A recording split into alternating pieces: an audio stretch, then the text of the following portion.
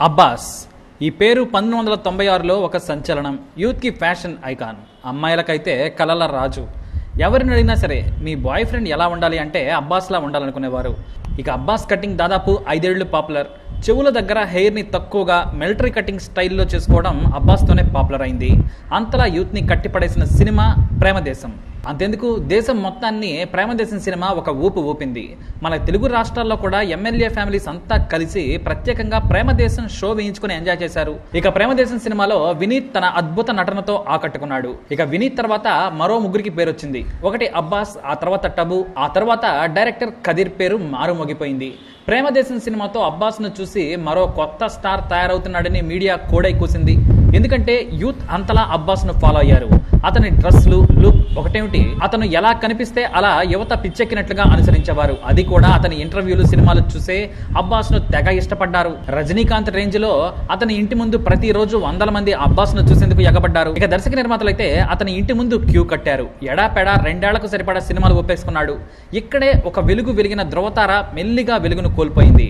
అబ్బాస్ పతనం 2వ సినిమా నుంచి మొదలైంది. ప్రేమదేశం ఎంత గొప్ప పేరు తెచ్చిందో అతనికి ఆ స్టార్ ఇమేజ్ మైకంలో ఏమీ అర్థం కాలేదు. ఎందుకంటే అబ్బాస్ పుట్టి పెరిగింది కలకత్తాలో. మోడలింగ్ లో అప్పుడప్పుడే ఎదుగుతున్నాడు. తన బంధువు ఫిరోజ్ ఖాన్ కుటుంబంతో పాటు ఇంకొంతమంది సినిమా ఫీల్డ్ లో ఉన్నారు. అదే సమయంలో డైరెక్టర్ కదీర్ కొత్త నటుల కోసం ప్రయత్నిస్తున్నారనే విషయం తెలుసుకొని చెన్నైలో వాలిపోయాడు. పైగా పెద్ద బ్యానర్ కుంచు మోహన్ నిర్మిస్తూ ఉన్నాడు. ఏఆర్ రెహమాన్ సంగీతం.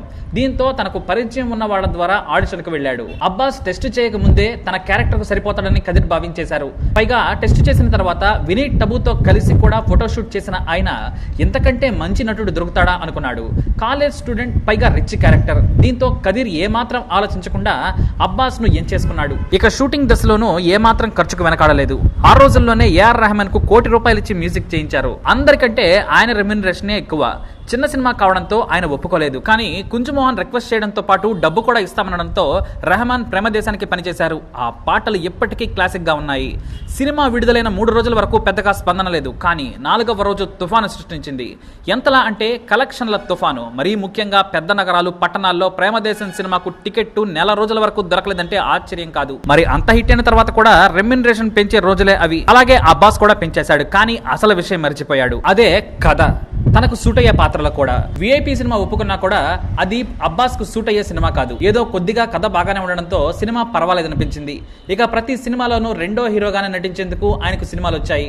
ఆయన కూడా డిపెండెంట్ సెకండ్ క్యారెక్టర్లనే ఎంచుకున్నాడు. పైగా డబ్బును చూసుకుంటున్నాడు. కానీ తనను యూత్ ఆరాధిస్తున్నారు, వారికి నచ్చే లవర్ బాయ్ పాత్రలు ఎంచుకోవాలని అస్సలు అనుకోలేదు. గుడ్డిగా కొత్త సినిమాలకు సైన్ చేసి అడ్వాన్సులు తీసుకోవడంతో జీన్స్ సినిమా మిస్ అయింది. డేట్స్ కుదరలేదు. అబ్బాస్ కోసం 6 నెలలు ఆగుతానన్నాడు డైరెక్టర్ శంకర్. దీంతో ఆ ఛాన్స్ ప్రశాంత్ కు దక్కింది. అది మాత్రమే కాదు, మరో సూపర్ హిట్ మూవీ కథలుక్కు మర్యాద కూడా వదులుకున్నాడు అబ్బాస్. అది కూడా డేట్స్ ఖాళీ లేకే. పిచ్చి సినిమాలు అన్ని ఒప్పుకొని చివరకు చిన్న పాత్రలు చేసే రేంజ్ కి దిగజారిపోయాడు. పైగా అప్పటికే తమిళం సరిగ్గా రాదు, హిందీ, ఇంగ్లీష్ మాత్రమే వచ్చు. దీంతో కష్టపడి తమిళం నేర్చుకున్నాడు. కానీ అప్పటికే అబ్బాస్ కెరీర్ మసగా బారింది. తమిళంలో హీరో విక్రమ్ డబ్బింగ్ చెప్పేవారు, అది బాగానే సూట్ అయింది. కానీ కథల ఎంపికలతో పొరపాటు కొంప ముంచితే తన యాక్టింగ్ లో మార్పులు చేసుకోలేదు అబ్బాస్. ఒక ప్రేమదేశం వదిలేస్తే ఏ సినిమాలో కూడా ఏ పాత్ర చేసినా ఒకే మాదిరిగా నటించాడు అబ్బాస్. క్యారెక్టర్ కు తగ్గట్టుగా మౌల్డ్ కావడం నేర్చుకోలేదు. పైగా రిచ్ క్యారెక్టర్ లుక్ లోనే సాగదీశాడు. ఇక అదే టైంలో అజిత్ కూడా రిచ్ బాయ్ లుక్ లో ఉండేవాడు. కానీ పాత్రకు తగ్గట్టుగా మౌల్డ్ అయ్యాడు, మాస్ హీరో అయిపోయాడు. ఆటో డ్రైవర్ నుంచి నిరుపేద కూలి వరకు మార్పులు చేసుకున్నాడు. కానీ అబ్బాస్ చేసిన వరుస సినిమాల కారణంగా ఆయన తనకు తాను మారలేకపోయాడు. దీంతో సైడ్ క్యారెక్టర్లు చాలా ఒప్పుకున్నాడు అబ్బాస్. రజనీకాంత్ దగ్గర నుంచి అందరూ ఇతర స్టార్ హీరోల కోసం ఖాళీగా ఉండటం ఇష్టం లేక దొరికిన పాత్రలు చేసుకుంటూ వెళ్లిపోయాడు. దాదాపు 60 సినిమాల్లో నటించినా కూడా అబ్బాస్ అంటే కేవలం ప్రేమదేశం సినిమానే గుర్తొస్తుంది. రాకెట్ రేంజ్ లాంచింగ్ మూవీ దగ్గర నిలబెట్టుకోలేకపోయాడు. పెద్ద స్టార్ కాకపోయినా మంచి సినిమాలు ఎంచుకుంటే ఇండస్ట్రీలో ఉండేవాడు. చివరకు టీవీ సీరియల్స్ లో నటించాడు అబ్బాస్. అప్పుడు కానీ అతనికి ఇండస్ట్రీ పరిస్థితి అర్థం కాలేదు. అబ్బాస్ సీరియల్స్ లో నటించగానే వచ్చిన సినిమాలు కూడా వెనక్కిపోయాయి. కనీసం అతన్ని పెట్టుకుంటే సినిమాలు నడవవు అనే స్టేజ్ కి దర్శక నిర్మాతలు వచ్చారు.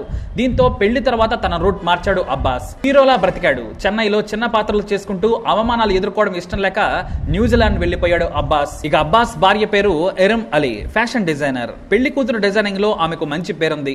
దీంతో తనకున్న స్నేహితుల ద్వారా న్యూజిలాండ్ లో సెటిల్ అయ్యారు అబ్బాస్. అంతేకాదు చిన్న వ్యాపారం మొదలుపెట్టిన అబ్బాస్ అక్కడికి వెళ్లిన కొత్తలో తనకు ఇష్టమైన పనులన్నీ చేశాడు. మొదట పెట్రోల్ బంక్లో కూడా పనిచేశాడు. ఎంతో కొంత డబ్బులు వస్తాయి. ఇండియా నుంచి తెచ్చుకున్న డబ్బులను ఖర్చు పెట్టలేక మెకానిక్గా కూడా పనిచేశాడు. కొన్నాళ్ల పాటు కన్స్ట్రక్షన్ కంపెనీలో మేనేజర్గా పనిచేశాడు. ఇక ఆ తర్వాత సొంతంగా వ్యాపారం చేసుకుంటున్నాడు. 2 పిల్లలున్నా స్వేచ్ఛగా తనకు నచ్చినట్లు బ్రతుకుతున్నాడు. 2 పిల్లలతో స్వేచ్ఛగా తనకు నచ్చినట్లుగా బ్రతుకుతున్నాడు. ఈ మధ్య లాక్డౌన్ సమయంలో స్నేహితుడి యూట్యూబ్ ఛానల్ కు న్యూజిలాండ్ నుంచి ఇంటర్వ్యూ కూడా ఇచ్చాడు.